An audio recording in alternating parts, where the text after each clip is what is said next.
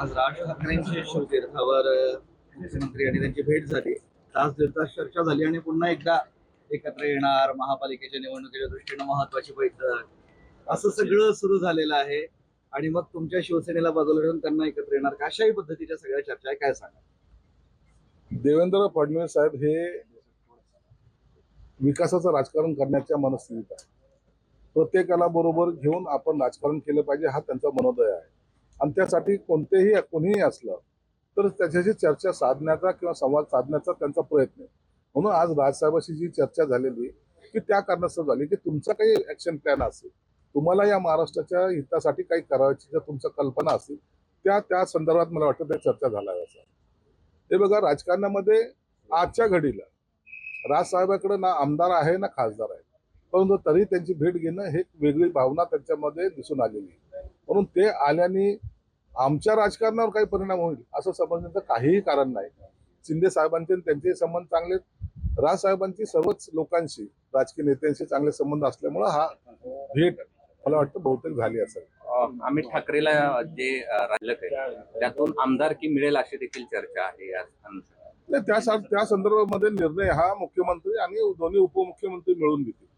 हा एकट्याचा निर्णय नसेल, तर हे तिघांचा मिळून सामूहिक निर्णय असेल.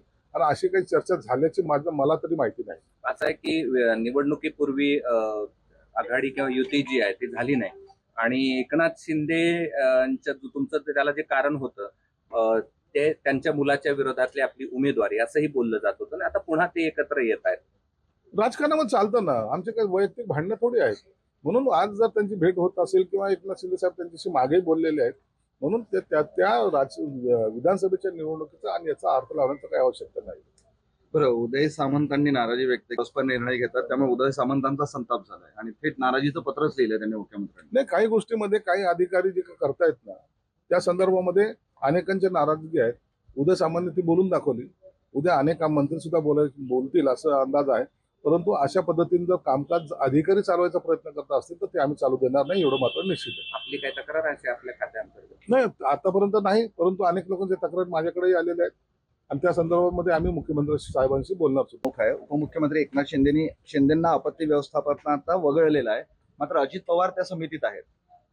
समितीत असणार कदाचित शिंदे साहेबांनी मला आता थोडं दुसरं कामकाज करू द्या, संघटनात्मक बांधणी करण्यासाठी त्यांना पुरेसा वेळ हवाय, म्हणून कदाचित ते त्या समितीत नसावे. वगळलं अशी चर्चा आहे. नाही, वगळलं काही नाही.